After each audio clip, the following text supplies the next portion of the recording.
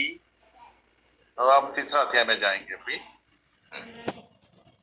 And if you think about history, यदि आप इतिहास के बारे में सोचेंगे, the church at Ephesus belonged to many of the churches were like Ephesus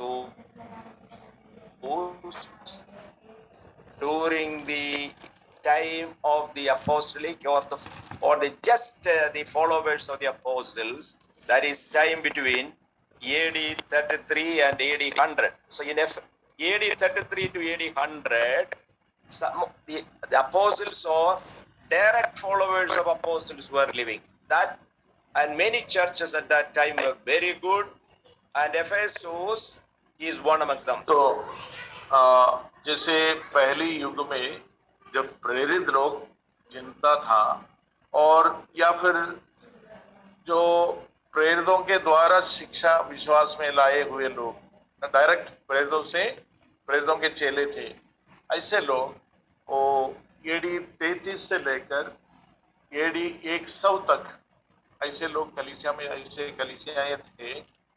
एक उदाहरण एफेसुस का कलीसिया है। एफेसुस की कलीसिया एक बहुत अच्छा उदाहरण है।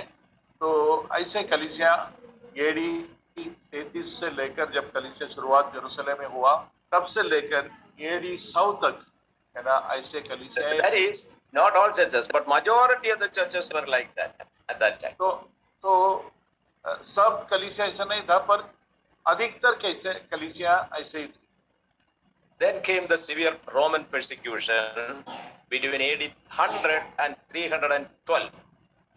तो उसके बाद जो है एडी 100 से लेकर और एडी 312 तक कलीसिया को बहुत भयानक many churches were persecuted. बहुत सारे कलीसियाओं को सताया गया। And Smyrna is a representation of that. तो स्मिर्ना का कलीसिया जो है वो ऐसे एक कलीसिया है जो सताया गया था। And then when Constantine became a Christian, 313 to 600, there was some change in the history of Christianity. तो जब फिर उसके बाद जब कॉन्स्टेंटाइन रोम साम्राज्य का सम्राट बन गया, तो वहां भी थोड़ा इतिहास में, जो मसीहत का इतिहास में बहुत बदलाव आ गया। The reason is that many Romans wanted to become Christians. तो कारण यह है कि ये जो रोमा साम्राज्य में बहुत सारे लोग मसीह बनना चाहते थे, ईसाई बनना चाहते थे। Because Constantine proclaimed that Christianity is the official religion of Rome. What a change! Can you imagine that change? तो उसका कारण ये है कि कॉन्स्टेंटाइन ने ऐसा घोषणा किया, अब रोमा साम्राज्य का पूरे इलाके में रोमा देश का जो इस देश के धर्म के रूप में मसीहत को हम देखते हैं, ऐसा उन्होंने घोषणा किया।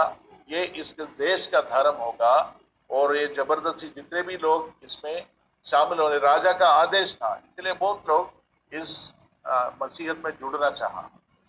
In other words, instead of keeping the separation from the government and the government and the church mingled together, they married together, and that was a great curse. तो क्या हुआ, अभी तक ये जो किसी भी देश का सरकार कलीसिया का विषय में हाथ नहीं डालता था, पर सबसे पहले ये गलती इधर रोमी साम्राज्य में हुआ, जब सरकार और धर्म शामिल हो गए, जुड़ गए दोनों। And in many of the church conferences where doctrines and where practices were determined, Constantine was the chairman of the meeting. Can you imagine? तो कलीसिया के जो बड़े बड़े सम्मेलन होते हैं, और जहाँ ना कलीसिया का शिक्षा के बारे में सिखाने के लिए वगैरह जब बड़े बड़े मीटिंग होते थे, तो उसमें अध्यक्ष के रूप में राजा बैठते थे, अब राजा को क्या मालूम। and so at that time the majority of the churches went to corruption. तो उसी समय अधिकांश जो कलीसियाएं हैं वो बहुत बिगड़ गए। And 600 to 1000 1500 और जब 600 एडी 600 से 1500 तक it is usually called the dark ages of the churches. तो ये जो है कलीसिया का एक अंधकार का युग कहते हैं, क्योंकि कोई उजाला नहीं था, कोई वचन नहीं था, कोई शिक्षा नहीं था। At that time, the papism, that is Rome, the church became Roman Catholic most of the places. तो उस समय जितने भी कलीसियाएं थे वो सब इन्होंने अपना वश में कर दिया और इनका शिक्षा उन कलीसिया में जबरदस्ती किया गया। Even that time there was true churches who followed the Bible, but a major chunk of the churches were Roman Catholic churches. तो उस समय भी ऐसे कलीसियाएं थे, छोटे छोटे कलीसिया चुप चुप के, जहाँ सही शिक्षा बाइबल का शिक्षा लेकर चलते थे, पर अधिकांश जो है वो रोमन कैथोलिक कलीसिया में। And the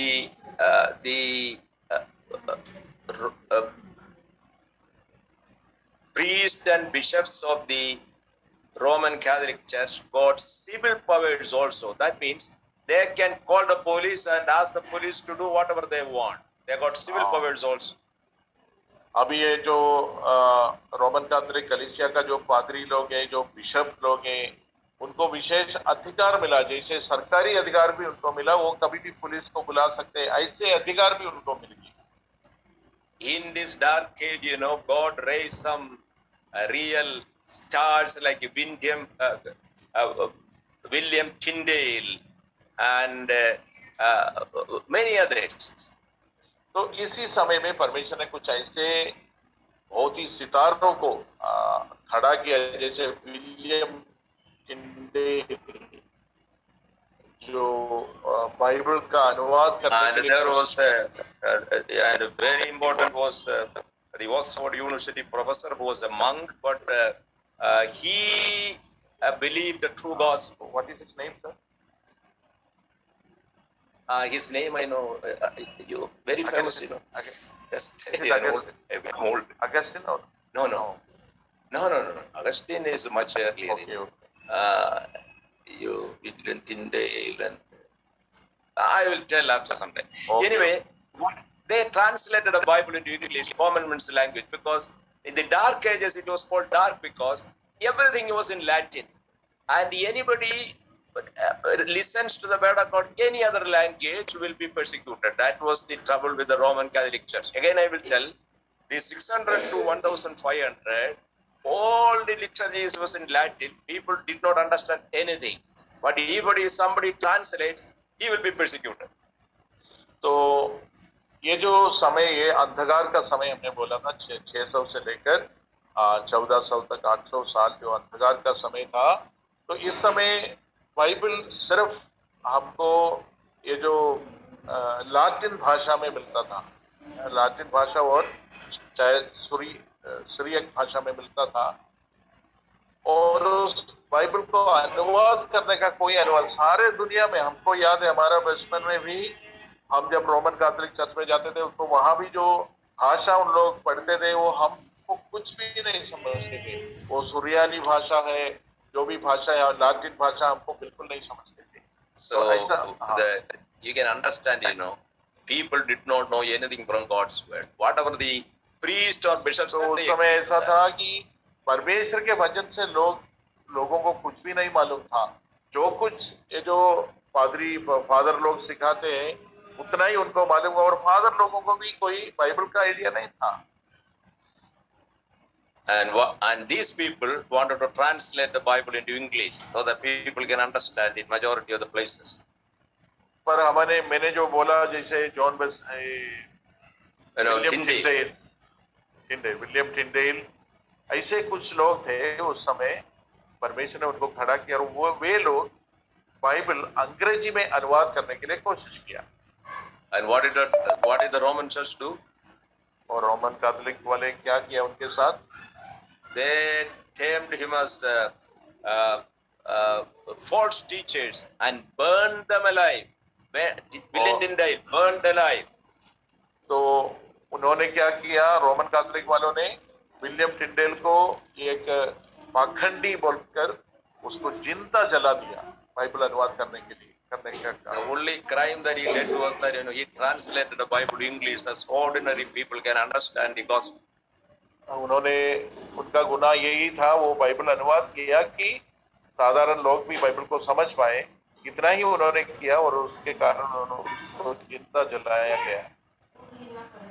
Last week, the believers, remembered his 500th year after his martyrdom in the fire. It is exactly 500 years ago. Last week, the people, the believers thought about him. 500 years ago, he was burned. That is why we have today the English Bible. तो पिछले हफ्ते लोग, हमें विश्वासी लोग, सारे दुनिया के विश्वासी लोग विलियम टिंडेल को अनुस्मरण किया।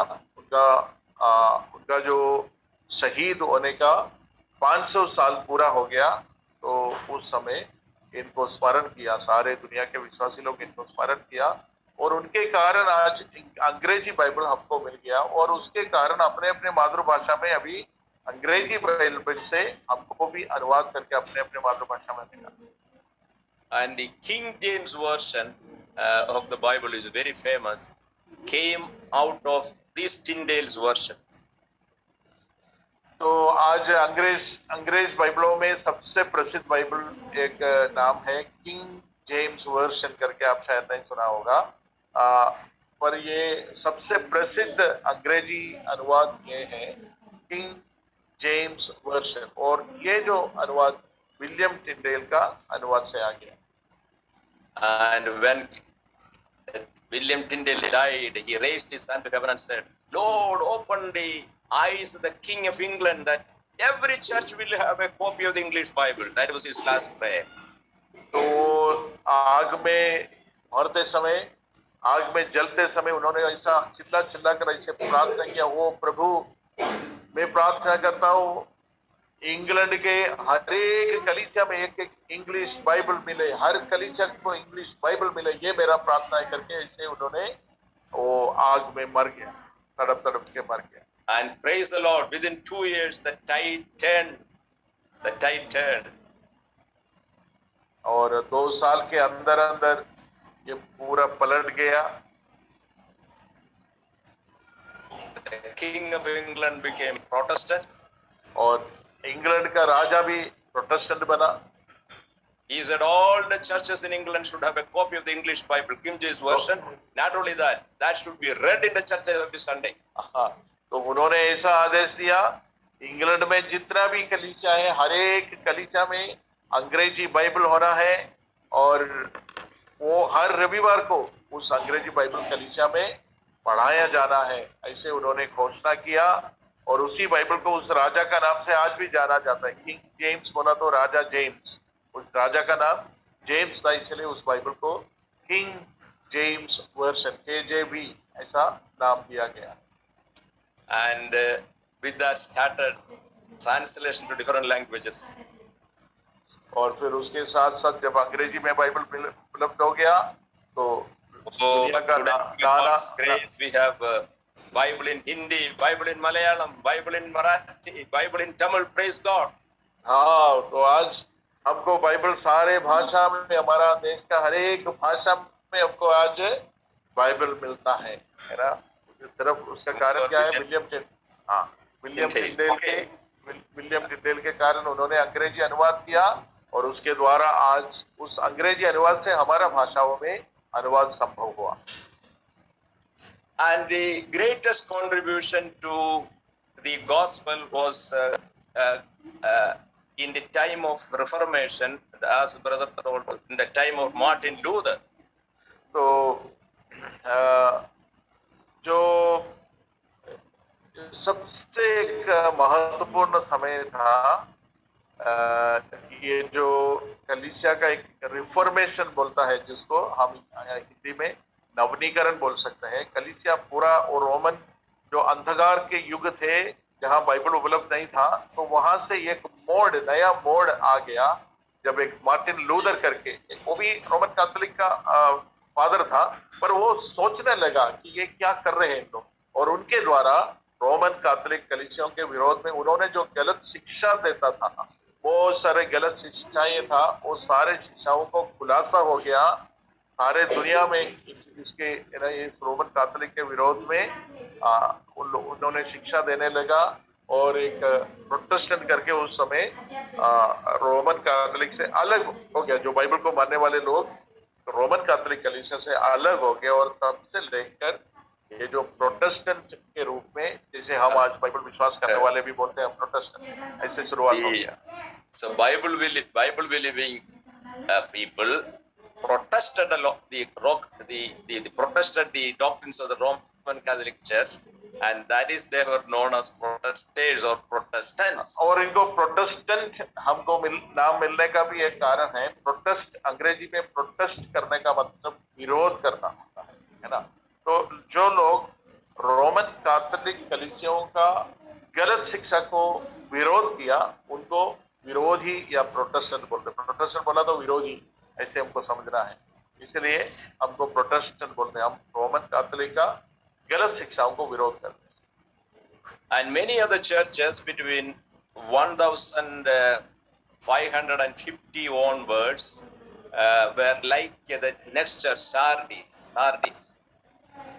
और उसके बाद जो है, जो रिफॉर्मेशन जो हम बोलते हैं, कलीसिया में जो नवीनीकरण हो गया, कलीसिया रोमन कैथोलिक और प्रोटेस्टेंट में ऐसे डिवाइड हो गया। और उसके बाद जो समय है, उस समय के जो कलीसिया का एक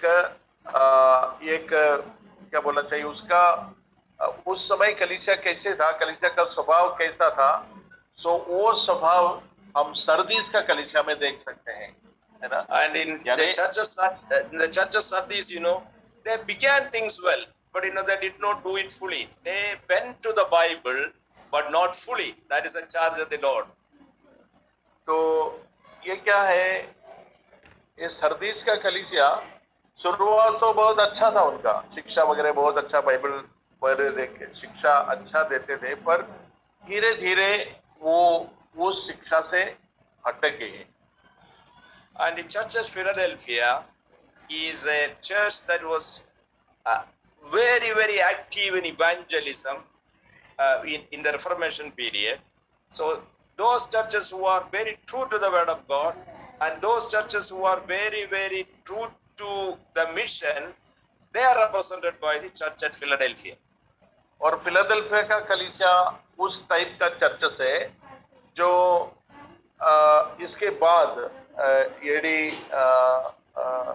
1700 से उस समय में क्या है, बहुत वचन सिखाने में बहुत उत्सुक रहा, और वचन का शिक्षा पर बहुत ध्यान दिया, और जो सुसमाचार महान आदेश, प्रभु का महान आदेश पूरा करने के लिए पूरा मिशन, उसी समय सबसे ज्यादा जो मिशन शुरुआत हो गया, दुनिया के कोने कोने तक सुसमाचार पहुंचाने का परिश्रम इस फिलाडेल्फिया का कलीसिया का वो टाइप का कलीसिया, उस समय का कलीसिया को दर्शाता है, फिलाडेल्फिया का कलीसिया। So Sardis, it started well with the Bible, but did not complete what they began.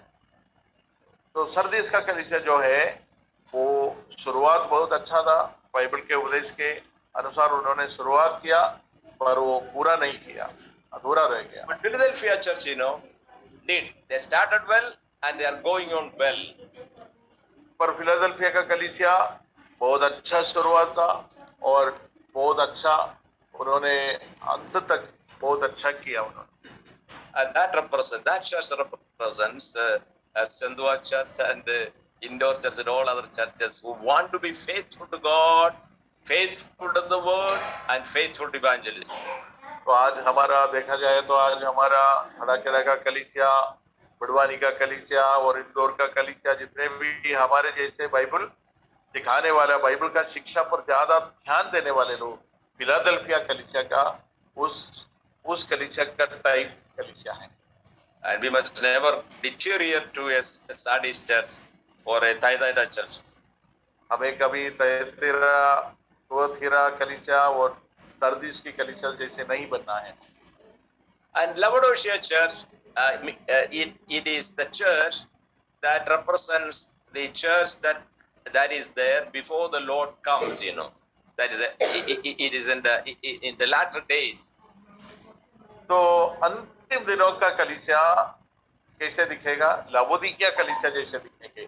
प्रभु का आगमन के ठीक पीछे, ठीक पहले जो समय है, उस समय का कलीसिया। Many claim that they hold on to the doctrine. They have activities, but only nominally. There is nothing truth inside. Nominal Christians will abound in the churches. तो ये समय का विशेषता ये है, नामधारी विश्वासी लोग, वो ऊपर से क्रिश्चियन है, ऊपर से विश्वासी बोलते हैं, शिक्षा सब लेते, पर अंदर से प्रभु से वो लगाव नहीं है उनका मन में। तो ये ऊपरी तौर का विश्वासी लोग, ऐसे हम बोल सकते हैं लावोदिकिया। In other words, in the latter days, many churches will be only nominal, और not true. आने वाले दिनों में बहुत सारे प्रभु के आगमन के पहले जो जितने भी कलीसिया आएंगे, उनमें से अधिकतर कलीसिया सिर्फ एक नामधारी कलीसिया विश्वासी रहेंगे, कलीसिया रहेंगे, उनमें सच्चा एक शिक्षा भी नहीं होगा और सच्चा आत्मा भी नहीं होगा। And don't worry about his historical background. It is not very important. तो ये जो ऐतिहासिक पृष्ठभूमि पर आप ज्यादा मत करना उसका बारे में, वो इतना महत्वपूर्ण नहीं है। The reason is these 7 churches are selected to represent all the churches in the church age. तो हमको समझना है ये जो 7 कलीसिया, अभी इधर इस प्रकाशित वाक्य में 7 कलीसियाओं से प्रभु बातचीत कर रहे हैं।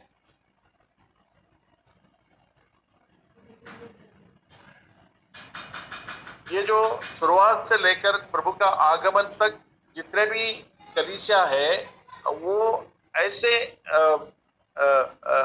7 प्रकार का कलीसिया रहेगा। Yes, that is any time. Don't think much about the history.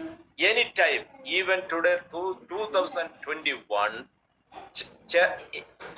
a church can be either like Ephesus or Pergamon, Thyatira, Sardis, or Philadelphia, Laodicea. A church today, church can be one of these. तो कहने का मतलब यह है, आप इतिहास के बारे में ज्यादा टेंशन मत लेना।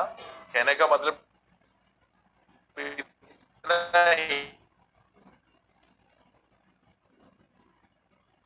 ये बहुत ऐसे कलीसिया भी होंगे, तयतीरा जैसा कलीसिया भी होंगे, स्मरना जैसा कलीसिया भी होंगे, लावोदिकिया जैसा कलीसिया भी, ऐसे अलग अलग ये जो 7 प्रकार का कलीसिया जैसे होंगे, ये कलीसिया, कोई भी कलीसिया होगा, वो इनमें से एक कलीसिया का जैसा जरूर होगा। Even in the dark ages, there were good churches like Smyrna and good churches like Philadelphia. तो जो अंधकार का समय हम बोलते हैं, जहाँ कैथोलिक चर्च जितना बहुत मजबूत था, तो उस समय में भी छोटे छोटे कलीसिया थे, स्मरना का कलीसिया जैसे छोटे छोटे कलीसिया थे, but they were few in number. बहुत कम थे। So what is our duty today? My duty and your duty today?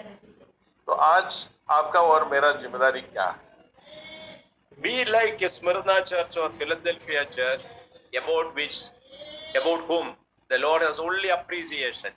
Only appreciation. About Smyrna church and Philadelphia, He has only appreciation. He said, go on. I am happy with you. Go on till I come. तो आज जो ये संदेश सुनने वाले, हमारा जिम्मेदारी क्या है? हमें स्मरना का कलीसिया या फिर फिलाडेल्फिया का कलीसिया बारे में प्रभु कोई भी कमी नहीं बता रहे। प्रभु ये दोनों कलीसिया से बहुत ही संतुष्ट है, तो हमें भी ऐसा एक कलीसिया बनकर रहने का। But why the churches to other messages are given? और क्यों बाकी जो कलीसियाओं का संदेश क्यों दिया है इसमें? There is a chance that a good church may deteriorate to become one like this, that the Lord does not want. तो शायद संभव है, ऐसा संभावना है कि एक अच्छा कलीसिया ऐसे वो मतलब वो गिर सकते हैं इन कलीसियाओं के जैसे शायद बन सकते हैं, पर परमेश्वर वो नहीं चाहते हैं, उनको वापस आने के लिए बोल रहे हैं। And the church at Smyrna had severe persecution. तो स्मरणा का कलीसिया जो है वो बहुत कठिन विरोध सहन करना झेलना पड़ा उनको। Philadelphia church also had persecution, not very severe. Philadelphia कलीसिया को भी सताव सहन करना पड़ा, पर इतना कठिन नहीं था। So this is, any church, any time, sometimes they will have a very severe persecution, sometimes only less persecution. That also true for everyone, every church. तो ये बात भी हमको समझना है कि विरोध जो है हर समय होता है, कलीसिया को हर समय विरोध होता है, कभी बहुत कठिन होता है, कभी कम होता है, पर विरोध होता ही है। In both circumstances, we had to stand both to the church at Smyrna and Philadelphia. The Lord tells only one thing. और ये दोनों कलीसिया को, स्मरणा और फिलाडेल्फिया, ये दोनों कलीसिया को प्रभु एक ही बात कह रहे हैं। Chapter 2, verse 9. Be faithful unto death, I will give you crown of life. Be faithful. तो उनको इतना ही कहता है, विश्वास योग्य रह तो मैं जीवन का मुकुट दूंगा। स्मरणा का कलीसिया से प्रभु कह रहे हैं मृत्यु तक विश्वास योग्य रहने के लिए बोल। At the same day, he tells to church at Philadelphia 3:11. हाँ, 3:11 में फिलाडेल्फिया कलीसिया को भी प्रभु ये कहते हैं, मैं शीघ्र ही आने वाला हूँ, जो कुछ तेरे पास है उसे थामे रहे, कोई तेरा मुकुट छीन न ले। So we had to follow these two churches and see that the doctrinal error and the error of practical living should not creep into your life any time. तो आपको ये देखना है इन कलीसियाओं में कुछ जैसे हुआ तो गलत शिक्षा और हमारे प्रायोगिक जीवन में, हमारा पवित्र जीवन में रुकावट डालने वाले कोई चीजें नहीं आना। दोनों बात आपको ध्यान देना है। पहला बात यह है शिक्षा का बारे में ध्यान देना। जब शिक्षा बिगड़ जाते तो हमारा जीवन भी बिगड़ जाता है, शिक्षा सुधर जाते हैं तो जीवन सुधर जाते हैं। इसलिए सबसे पहले हमें शिक्षा को जोर देना है और उसके साथ साथ हमारा जीवन उस शिक्षा के आधार पर बने रखने के लिए भी हमें कोशिश करना है। Any question? आपको कुछ पूछना है?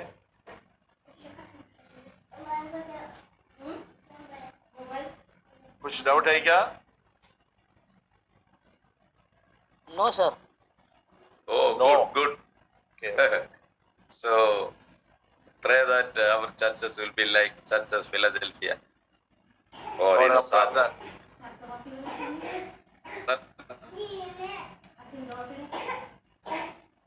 स्मरणा, तो हम प्रार्थना करेंगे कि हमारी कलीसिया ये सब स्मरणा कलीसिया और फिलाडेल्फिया कलीसिया के जैसे इसमें interestingly, Smyrna means myrrh. One of the perfumes that they offered to the feet of Jesus when the wise men came. तो आपको मालूम है ये स्मरणा शब्द का अर्थ ये है सुगंध होता है, सुगंध। तो स्मरणा जब यीशु मसीह का जन्म हुआ तो वो जो 3 लोग दूर देश से आए थे, उन्होंने यीशु मसीह के चरणों में एक मूर करके एक सुगंध वस्तु रखा था। तो स्मरणा बोला तो वही है, सुगंधित वस्तु है। And Philadelphia means brotherly love. और फिलाडेल्फिया शब्द का अर्थ यह है भाईचारा, प्रेम। And the Lord says, when you are persecuted for my name's sake, I smell beautiful odor from you. तो प्रभु बोलते हैं जब मेरे नाम के निमित्त तुम सताया जाता है तो मुझे उस खुशबूदार सुगंध तुमसे मिलते हैं। And when you all love together, my heart is so happy. Philadelphia Church, you love each other very much. I am very happy because you show that you are my disciples by mutual love. तो प्रभु Philadelphia कलीसिया को बोलते तुम्हारा भाईचारा और प्रेम को देखकर मेरा हृदय इतना खुश हो जाता हूँ, क्योंकि मैंने कहा था जब तुम आपस में प्रेम करोगे तब दुनिया जानेंगे तुम मेरे चेले हो। Okay, I think in this time God willing, we will continue tomorrow. तो प्रभु की इच्छा है तो हम कल 8:30 बजे फिर मिलेंगे। तो हम प्रार्थना करके समाप्त कर सकते हैं God bless हमारे you. भाइयों। God bless you and keep you. परमेश्वर आप सबको आशीषित करे, आपको सुरक्षित रखे। तो I भाइयों will में से leave now. कोई- You can pray. I will leave now. You can pray. Okay sir, आप में से कोई प्रार्थना करके समाप्त करें।